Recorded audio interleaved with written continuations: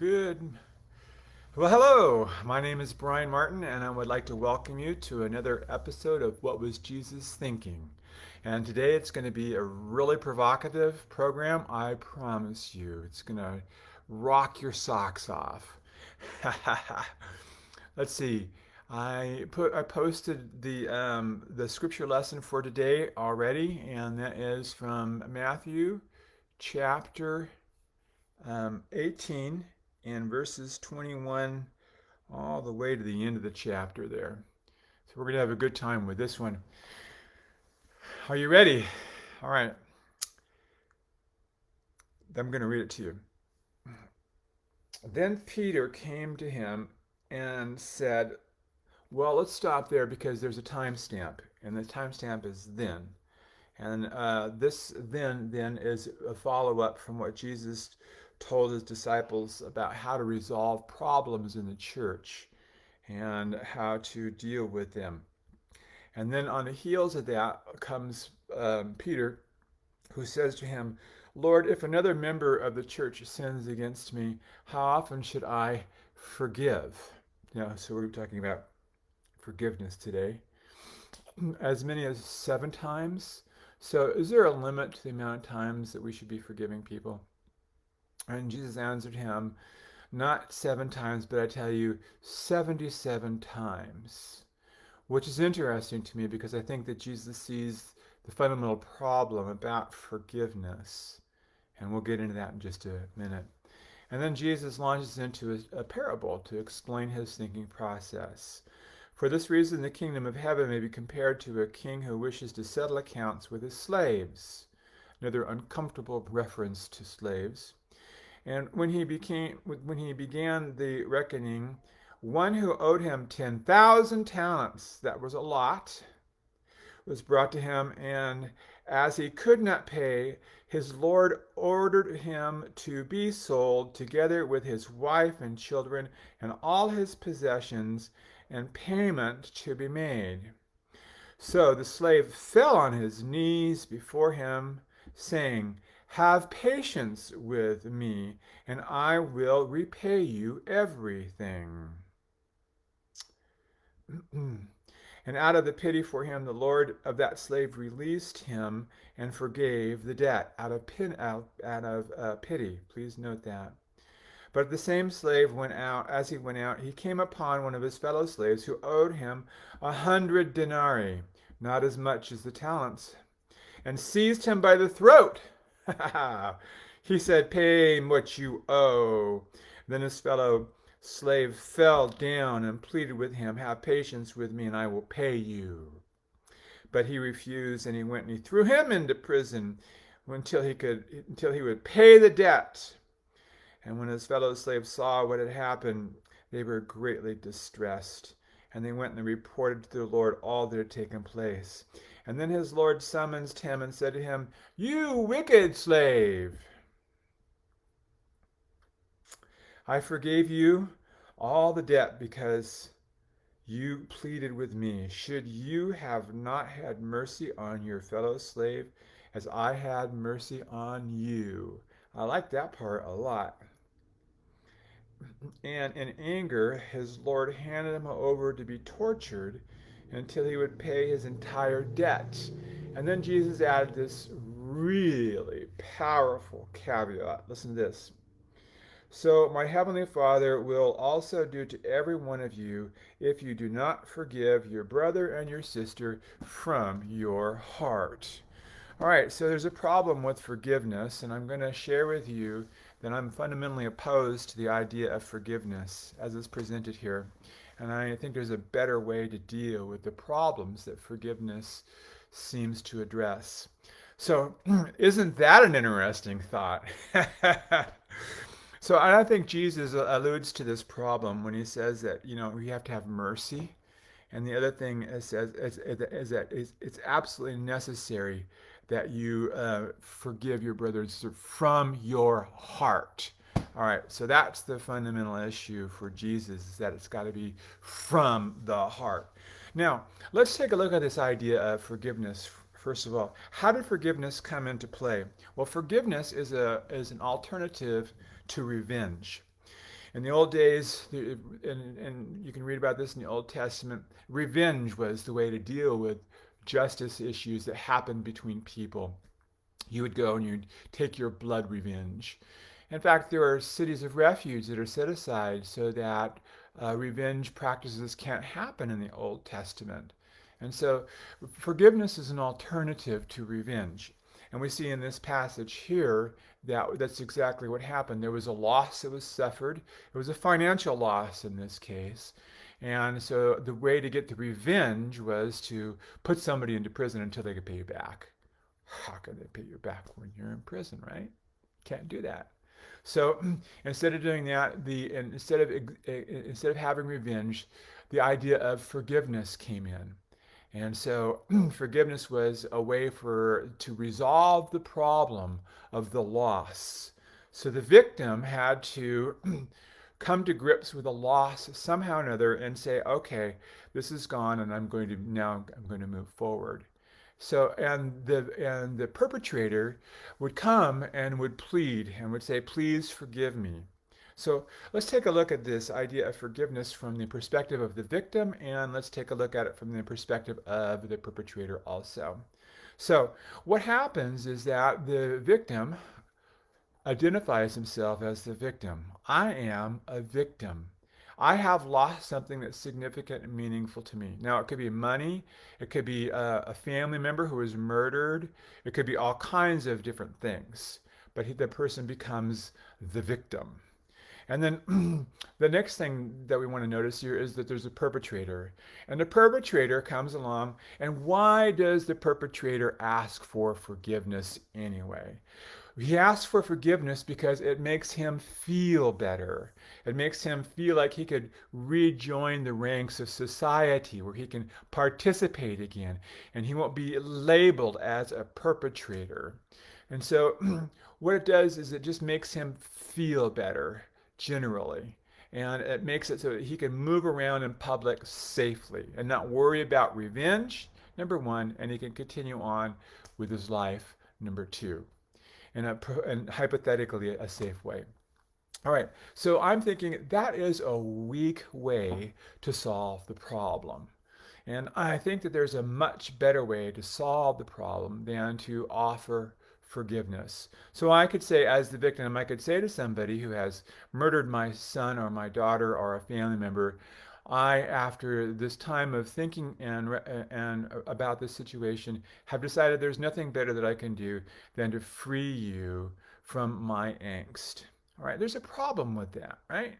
There's a big problem with that. First of all, my belief is that you and I are wonderful, fabulous, amazing miracles of astronomical proportions, and that we are endowed with wonderful gifts and skills and talents and lives, and that our very lives are miracles in themselves. And that we have, in addition to being endowed with these wonderful gifts and skills and talents, we have this beautiful neocortex, which sits right here and kind of runs back this way in our brain, which in ancient days people didn't know about. They didn't know about thoughts and feelings and emotions being not real things. But thoughts and feelings and emotions were a biological process that happens in the brain between brain cells, between neurons, and the electric impulses that carries the signals back and forth to different parts of the brains. It's all biology. And we have tremendous control over our own biology. And in fact, if I were to do this right now, you would do the same thing back at me. You would smile back at me because I smiled at you. Your instant reflex is to smile back. And when you smile back, you have good feelings and nice thoughts. And those are emotions over which you have tremendous amount of control. So if somebody takes something from me, if I suffer loss because of somebody else did to me, I am not a victim. No, I am a miracle. And I can choose to respond as a victim if I want to, but I'm not going to because I've been endowed with gifts and skills and talents and tools. And I have this neocortex that's going to help me to think differently about this process. And yes, even if I were to lose a loved one, I know from the example of millions of others before me that life continues. Not only that, but I can live a life that honors my loved one. And I can do things that they would want me to do after they're gone. And so I am going to live a life of love. And I'm going to get back out there. And even if I've suffered loss, I'm going to figure out how to move forward with my life using all my gifts and my skills and my talents and tools. And I am not subject to the victimization of any person. So that is a profound thought. What if you remove the idea of being a victim altogether? That's what I'm suggesting. I'm suggesting that if somebody does something wrong to you, that you don't be a victim. That instead, you be a loving person. And you respond with love and grace and mercy, which Jesus alluded to. Those things are more powerful for you and are going to help you to move forward after your loss than ruminating about what somebody has done to you.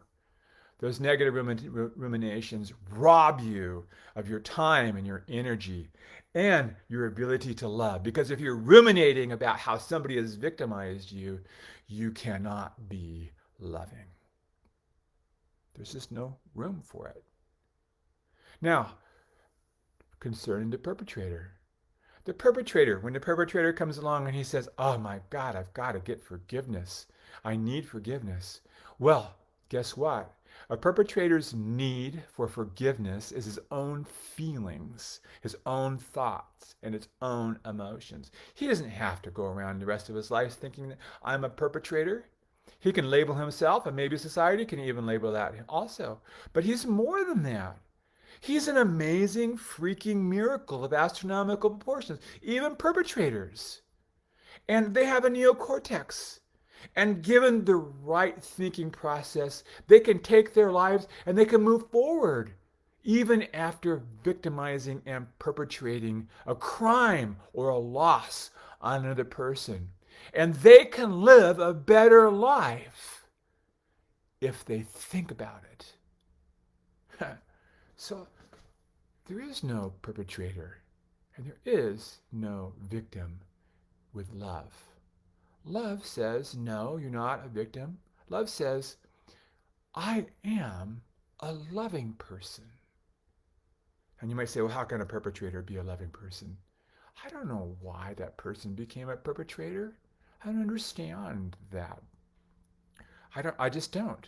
There's something going on there that's beyond my understanding. And it doesn't do me any good to try to understand. What I need to do is I need to continue to be a loving person.